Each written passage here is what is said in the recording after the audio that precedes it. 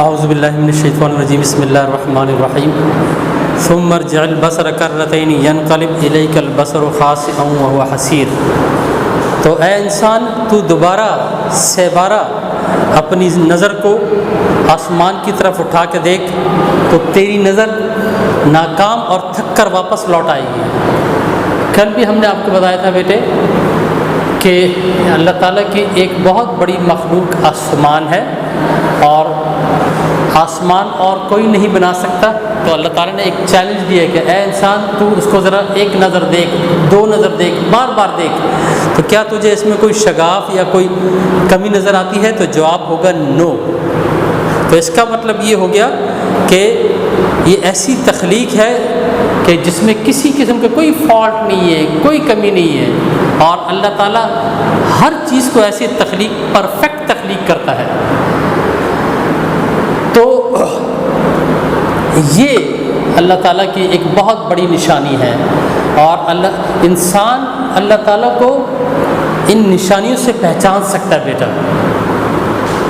अच्छा जी, chemical reaction का एक छोटा सा topic, energy changes in a chemical reaction. तो इसमें हम जो सा है कुछ टर्म्स की बात पहले हम करेंगे, that is heat of a reaction. और जब भी हम कोई चीज़ बनाते हैं या एक सिस्टम ले लेते हैं, से फॉर एग्जांपल, ये पहले ज़रा देख लें, ये मेरे पास एक बीकर है और इस बीकर को मैं कुछ हीट दे रहा हूँ या ले रहा हूँ, उससे हीट या निकलेगी या उसको हम देनी पड़ेगी। तो वो जो अमाउंट ऑफ हीट है, किसी सिस्टम में से हीट निकले या सिस्टम के अंदर हीट अंदर आ जाए, तो वो कहलाती है heat of reaction. So the amount of heat evolve और absorb during chemical reaction is called as heat of reaction. जब भी हम कोई केमिकल रिएक्शन, दो पॉसिबिलिटी है, वो सिस्टम होगा या तो उससे हीट बाहर निकलेगी और या तो उससे हीट उसमें सिस्टम के अंदर हीट जाएगी। ये ज़रा देख लें इसको समझने के लिए। ये आपके पास एक सिस्टम है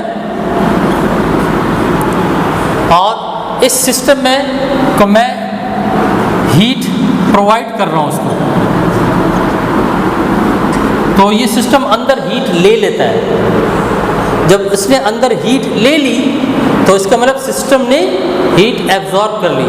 और इसके अगर रिवर्स ये सिस्टम है और इससे हीट बाहर निकले तो वो कहलाएगी आपके पास एक्सोथर्मिक रिएक्शन। ज़रा एग्जांपल देख लेते हैं। हीटर जो होता है, हीटर, उसको आप जब लगाते हैं तो हीटर आपके पास सिस्टम है, तो उस हीटर से गरमाइश या हीट आपकी तरफ आ रही है, तो हीटर सिस्टम हो गया और इसके इर्द गिर्द जो चीज़ होगी वो सराउंडिंग होगी, तो ये एक्सोथर्मिक रिएक्शन हो गया। लेकिन अगर इस तरह रख लें, ये हीटर है और हम उसको बाहर से हीट दें और उस हीटर के अंदर हीट जमा हो जाए, तो ये एंडोथर्मिक रिएक्शन है। So there are two types of heat of reaction, number one exothermic reaction और नंबर टू एंडोथर्मिक रिएक्शन। पहले ज़रा देख लेते हैं एंडोथर्मिक रिएक्शन। एंडो का मतलब होता है इनसाइड, थर्म का मतलब होता है हीट। तो आपने कोई सिस्टम लेना है, सिस्टम आपके पास बीकर है, उसमें कोई भी केमिकल रिएक्शन कर रहे हैं, वो सारा सिस्टम है। तो दो पॉसिबिलिटी है, या तो उस बीकर से हीट बाहर निकलेगी या उस बीकर के अंदर हीट जाएगी। तो अगर आपके पास वो बीकर या सिस्टम जो है उसके अंदर हीट जा रही है और उसका टेम्परेचर, अंदर का टेम्परेचर बढ़ रहा है क्योंकि बाहर से हीट आ रही है ना, तो वो कहलाएगा एंडोथर्मिक रिएक्शन।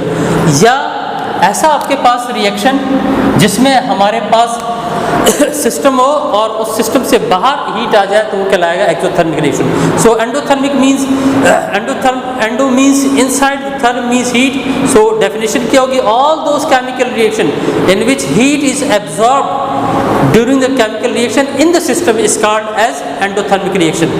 हम क्या करते हैं बेटा, पोटेशियम क्लोराइड ले लेते हैं और उसको पानी में डिजॉल्व कर लेते हैं। तो जैसे ही हमने इसको वो पानी में डिज़ोल्व किया, तो डिज़ोल्व करने से पहले हम ज़रा सिस्टम का टेम्परेचर नोट कर लेंगे। और डिज़ोल्व करने के बाद पोटेशियम क्लोराइड को पानी में डिज़ोल्व करने के बाद टेम्परेचर नोट करेंगे तो टेम्परेचर बढ़ जाएगा।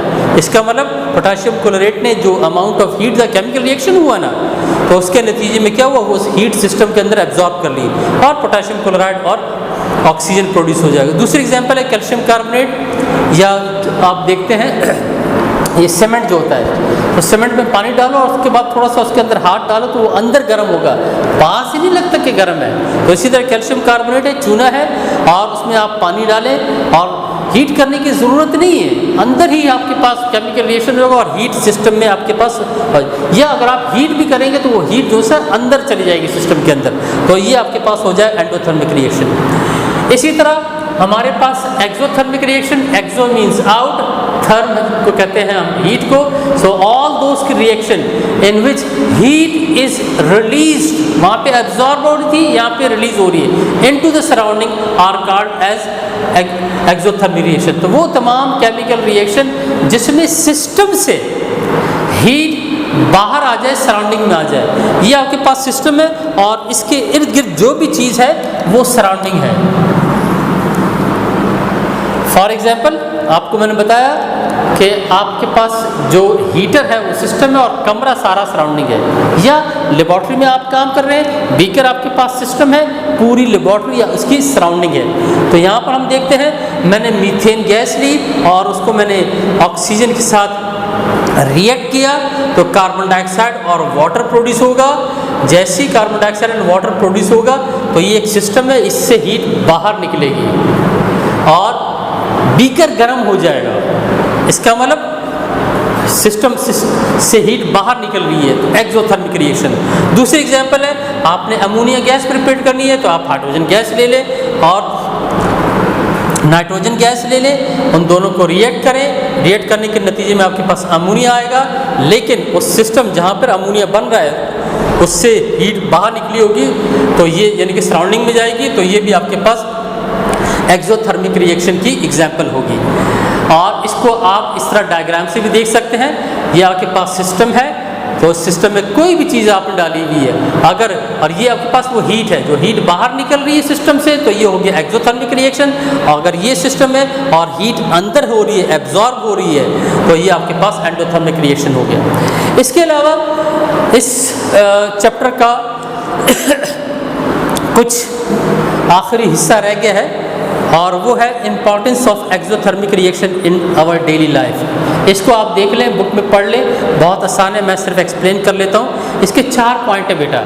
Number 1, the life on earth is possible due to the exothermic reaction taking place in the सन।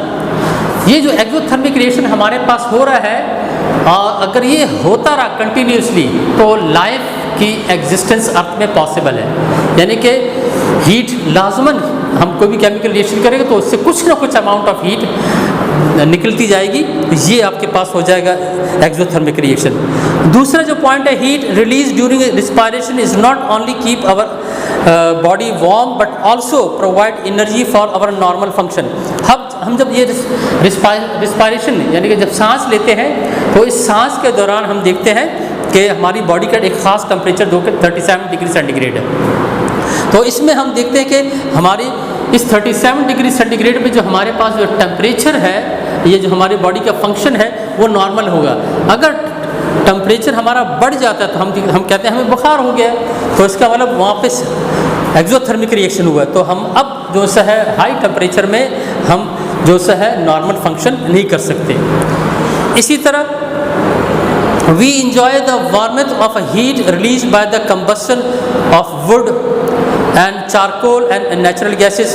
सख्त सर्दी है बेटा, सख्त सर्दी में आप क्या लगाते हैं, हीटर लगाते हैं। तो वो हीटर मैंने आपको बताया कि सिस्टम है और उससे आप वो गर्माइश हासिल कर रहे हैं, तो आप उसकी सराउंडिंग है वो हीट जो सिस्टम से निकल कर आपकी बॉडी की जा रही है और आपकी बॉडी जो सी है वार्म अप हो रही है। सर्दी में आपको अक्सर यूज़ करते हैं हीटर वगैरह, इसी तरह नेचुरल गैस और चारकोल वगैरह इस्तेमाल करते हैं। इसी तरह चौथा पॉइंट जो आपके पास है, importance of exothermic reaction in our daily life, that is the heat released by the burning of fuel also used for cooking food, running vehicle and operational factories। आपने कोई खाना बनाना है तो उसके लिए आपको कुछ अमाउंट ऑफ हीट चाहिए होगी। इसी तरह आपने कोई गाड़ी चलानी है तो उसके लिए अमाउंट ऑफ हीट चाहिए, फ्यूल चाहिए। इसी तरह फैक्ट्रीज़ में आपने कोई चीज़ बनानी है तो अमाउंट ऑफ हीट चाहिए। तो ये जो एक्सोथर्मिक रिएक्शन है या एंडोथर्मिक रिएक्शन है, हम डेली लाइफ में भी हम इस्तेमाल कर सकते हैं। इस तरह बेटा ये चैप्टर आपका हो गया ख़त्म, और इसको अच्छी तरीके से कर लें। कोई क्वेश्चन हो तो आप कमेंट्स में लिख सकते हैं बेटा, और उसके बाद हम दूसरा चैप्टर स्टार्ट करेंगे।